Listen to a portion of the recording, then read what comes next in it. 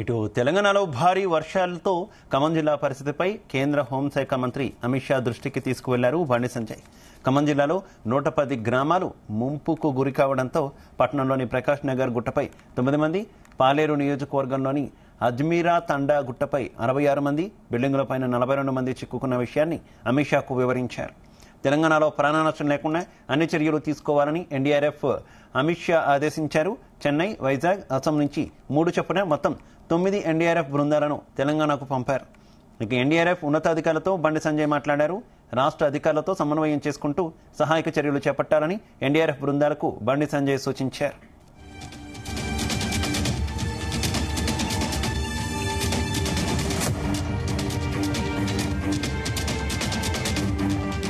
తెలంగాణలో భారీ వర్షాలు, వరదలపై కేంద్ర హోంమంత్రి అమిత్ షా దృష్టికి కేంద్ర హోంశాఖ సహాయ మంత్రి బండి సంజయ్ తీసుకెళ్లారు. ఈ నేపథ్యంలో ఎన్డీఆర్ఎఫ్ బృందాలను కేటాయిస్తూ అమిత్ షా ఆదేశాలు ఇచ్చినట్టు తెలుస్తుంది. ఇదే విషయానికి సంబంధించి మరింత సమాచారం మా కరెస్పాండెంట్ శ్రీచరణ్ అందిస్తారు. శ్రీచరణ్. శివ, తెలంగాణలో భారీ వర్షాలు, ఖమ్మం జిల్లా పరిస్థితిపై కేంద్ర హోంశాఖ మంత్రి అమిత్ షా దృష్టికి తీసుకెళ్లారు. కేంద్ర హోంశాఖ సహాయ మంత్రి బండి సంజయ్ కుమార్ ఖమ్మం జిల్లాలో 110 గ్రామాలు ముంపుకు గురవడంతో పాటు పట్టణంలో ప్రకాష్ నగర్ గుట్టపై 9 మంది, అలాగే పాలేరు నియోజకవర్గంలో అజ్మీరా తండా గుట్టపైన 68 మంది, బిల్డింగ్ల పైన 42 మంది చిక్కుకున్న విషయాన్ని కేంద్ర హోంమంత్రి అమిత్ షాకు బండి సంజయ్ కుమార్ వివరించారు. తెలంగాణలో ప్రాణ నష్టం లేకుండా అన్ని చర్యలు తీసుకోవాలని ఎన్డీఆర్ఎఫ్ ను ఆదేశించారు. కేంద్ర హోంమంత్రి అమిత్ షా ఎన్డీఆర్ఎఫ్ బృందాలు కూడా హైదరాబాద్ చేరుకోనున్నాయి. ఈ రోజు సాయంకాలం వరకు చెన్నై, వైజాగ్, అసోం నుండి 3 చొప్పున మొత్తము 9 ఎన్డీఆర్ఎఫ్ బృందాలను తెలంగాణకు కేంద్ర హోంమంత్రి అమిత్ షా పంపారు.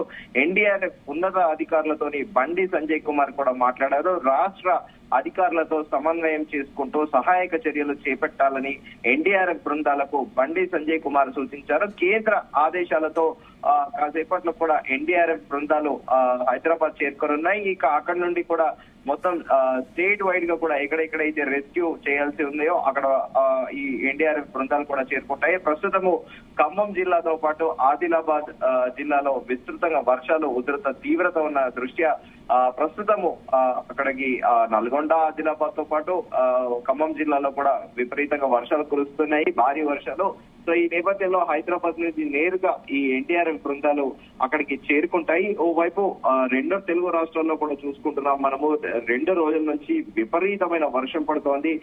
ఇంకా ఆంధ్రప్రదేశ్ రాజధాని విజయవాడ, అమరావతిలో కూడా చూసుకుంటే మనము విజయవాడలో రోడ్ల పైన అటు కాలనీలో కూడా నీళ్లు నిలిచిపోవడము, అటు పబ్లిక్ కూడా ఆ నీటి వరదలో కొట్టుకుపోవడం మనందరం కూడా టీవీలో విజువల్లో చూసాము. ఇంకా తెలంగాణలో అయితే హైదరాబాద్ నగరంలో నిన్నటి నుండి కూడా అలుపెరగకుండా ఏకధాటిగా కూడా వర్షం కురుస్తూనే ఉంది. ఎంటైర్ నైట్, రాత్రి దాదాపు పీకిన 10 నుంచి 12 గంటల పాటు కూడా వర్షం పడుతూనే ఉంది. ఈ రోజు కూడా ఉదయం నుండే చూసాం మనము. కాస్త ఇప్పటికి కూడా ఆకాశం మేఘావృతమయ్యే ఉంది హైదరాబాద్ సిటీలో. రాష్ట్ర వ్యాప్తంగా కూడా వర్షాలు కురుస్తున్నాయి. కాకపోతే హైదరాబాద్ రాజధానిలో కాస్త ఒక గంట కిందటి నుంచి కూడా కాస్త వర్షం తగ్గింది. ఇప్పుడే కాస్త మబ్బులు అనేటివి కాస్త తేలికయ్యాయి. నిన్నటి నుంచి కూడా చూసుకుంటే మొత్తం మబ్బులన్నీ కమ్ముకొని హైదరాబాద్ నగరంతో పాటు రాష్ట్ర వ్యాప్తంగా భారీ వర్షాలు కురుస్తున్న విషయం తెలిసిందే శివ. అయితే శ్రీచరణ్, ప్రస్తుతం పరిస్థితి రోజు రోజుకి తీవ్రం అవుతుంది. రేపు కూడా భారీ స్థాయిలో వర్షాలు కురిసే అవకాశం ఉందని వాతావరణ శాఖ చెప్తున్నటువంటి నేపథ్యంలో ఏంటి కేంద్ర ప్రభుత్వంతో రాష్ట్ర ప్రభుత్వం ఏ రకంగా సమన్వయం చేసుకుని సహాయక చర్యల్లో ముందుకెళ్తుంది? ఇటు మంత్రులు, ముఖ్యమంత్రి రేవంత్ రెడ్డి కూడా టెలికాన్ఫరెన్స్ లో మంత్రులందరితో కూడా మాట్లాడి ఇమ్మీడియట్ గా అలర్ట్ గా ఉండాలి. జిల్లాల వారీగా ఇన్ఛార్జ్ మంత్రులుగా ఉన్న వారందరికీ కూడా ఎక్కడెక్కడైతే ఇన్ఛార్జ్ ఉన్నారో ఇమ్మీడియట్ గా అక్కడికి వెళ్లి కూడా అక్కడ అధికారులతో సమన్వయం చేసుకుంటూ పనిచేయాలని కూడా ముఖ్యమంత్రి రేవంత్ రెడ్డి టెలికాన్ఫరెన్స్ లో కొద్దిసేపటి కిందట మంత్రులందరితో కూడా మాట్లాడారు. మంత్రులందరికీ కూడా దిశానిర్దేశం చేశారు. మరోవైపు మదిరలో అక్కడ డిప్యూటీ చీఫ్ మినిస్టర్ బట్టి విక్రమార్క ఎంఆర్ఓ కార్యాలయం నుండి కూడా వీడియో కాన్ఫరెన్స్ నిర్వహించారు. విద్యుత్ శాఖ సిబ్బందితోని ఎక్కడైతే పవర్ కట్స్ ఉన్నాయా రాష్ట్రంలో, at the same time Khammam జిల్లాలో కూడా విపరీతంగా వర్షాలు పడుతున్నాయి. సో ఈ నేపథ్యంలో డిప్యూటీ చీఫ్ మినిస్టర్ కూడా ఓవైపు రివ్యూ నిర్వహించారు మధిర ఎంఆర్ఓ కార్యాలయం నుండి. మరోవైపు పొంగులేటి శ్రీనివాస్ రెడ్డి మంత్రి కూడా ఇక్కడ రివ్యూ నిర్వహించారు కొద్దిసేపటి కింద సచివాలయంలో. ముఖ్యమంత్రి రేవంత్ రెడ్డి నుంచి కూడా అఫీషియల్ గా ఒక పర్యటన వచ్చింది. భారీ వర్షాలతో వచ్చిన వరద నీటిని వృధా చేయకుండా భవిష్యత్ అవసరాలకు వినియోగించుకోవాలని కూడా ముఖ్యమంత్రి రేవంత్ రెడ్డి ఇరిగేషన్ శాఖ మంత్రి ఉత్తమ్ కుమార్ రెడ్డి అలాగే ఇరిగేషన్ అధికారులకు కూడా ఆదేశించారు. ప్రాజెక్టుల పరిధిలోని రిజర్వాయర్లు, చెరువులు, కుంటల్లోని నీటిని నిల్వ చేయాలని ముఖ్యమంత్రి రేవంత్ రెడ్డి సూచించారు. ఎగువ కురిసిన వర్షాలతో పాటు కడెం నుంచి వస్తున్న వరదతో పెద్దపల్లి జిల్లాలోని శ్రీపాద ఎల్లపల్లి ప్రాజెక్టు ప్రస్తుతం నిండింది.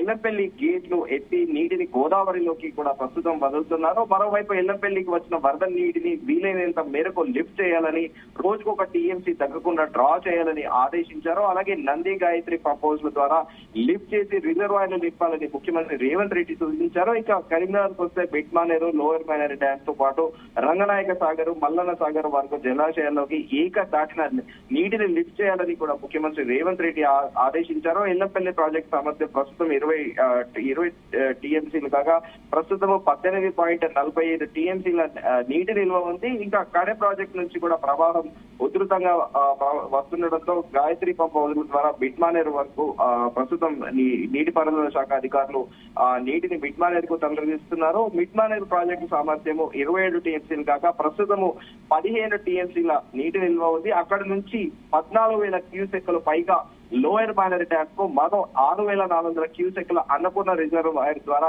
రంగనాయక సాగర్ కి కూడా నీటిని తరలిస్తున్నారు. ఒకవైపు పడుతున్న వర్షాలని వాటర్ స్టోరేజ్ ప్రాపర్ గా చేసుకోవాలని ముఖ్యమంత్రి రేవంత్ రెడ్డి ఇటు మంత్రులకి సేమ్ టైం ఇరిగేషన్ శాఖ అధికారులు కూడా సూచిస్తున్నారు. మరోవైపు నేషనల్ డిజాస్టర్ మేనేజ్మెంట్ కూడా సభ ఫలితాలు చేస్తున్నారు. రాష్ట్ర వ్యాప్తంగా కూడా మనం పలు ప్రాంతాల్లో కూడా చూసాము.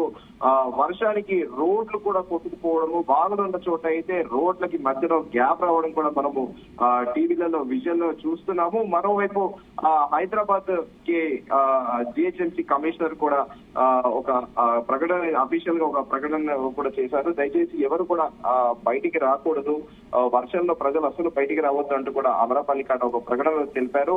నగరంలో ఎడతెరిపి లేకుండా కురుస్తున్న వర్షాల నేపథ్యంలో ప్రజలు ఎవరు బయటకు రావద్దని, ఏదైనా అత్యవసర పరిస్థితి ఉంటే తప్ప బయటకు వెళ్లొద్దని, చిన్న పిల్లలు, వృద్ధులు ఎట్టి పరిస్థితుల్లోనూ ఒంటరిగా బయటికి వెళ్లరాదని, రోడ్లపైన నడవరాదని కూడా ఆమె సూచించారు. రోడ్డుపై నిలిచిన నీటి పాదచారులకు నడవకూడదని, ద్విచక్ర వాహనదారులు నీటిలో వాహనాలు నడపవద్దని కూడా ఆమె ప్రజలను ఒక అప్పీల్ చేశారు. నగర ప్రజల సురక్షితానికి జిహెచ్ఎంసీ అధికారులు అప్రమత్తంగా ఉన్నారని, అన్ని విధాల అవసరమైన చర్యలు తీసుకుంటున్నామని కూడా జిహెచ్ఎంసీ కమిషనర్ అమరాపల్లి ఐఏఎస్ కూడా పేర్కొన్నారు. ప్రజలు మ్యాన్హోల్స్ ఓపెన్ చేయకూడదని, ఓపెన్ ఉన్న పక్షంలో జిహెచ్ఎంసీ కంట్రోల్ రూమ్ కి తెలియజేయాలని కూడా కోరారు. వర్షాల నేపథ్యంలో అధికారులు అప్రమత్తంగా ఉన్నారని, ఆపద సమయంలో సహాయం కోసము హెల్ప్ లైన్ నెంబర్లు కూడా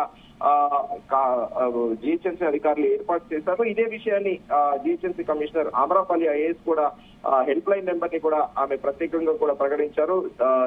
04021111 అని కూడా ఆమె ప్రకటించారు. డిఆర్ఎఫ్ లో డిజాస్టర్ ఫోర్స్ ని కూడా సంప్రదించాలని కమిషనర్ కోరారు. Shiva, okay, thank you శ్రీచర్.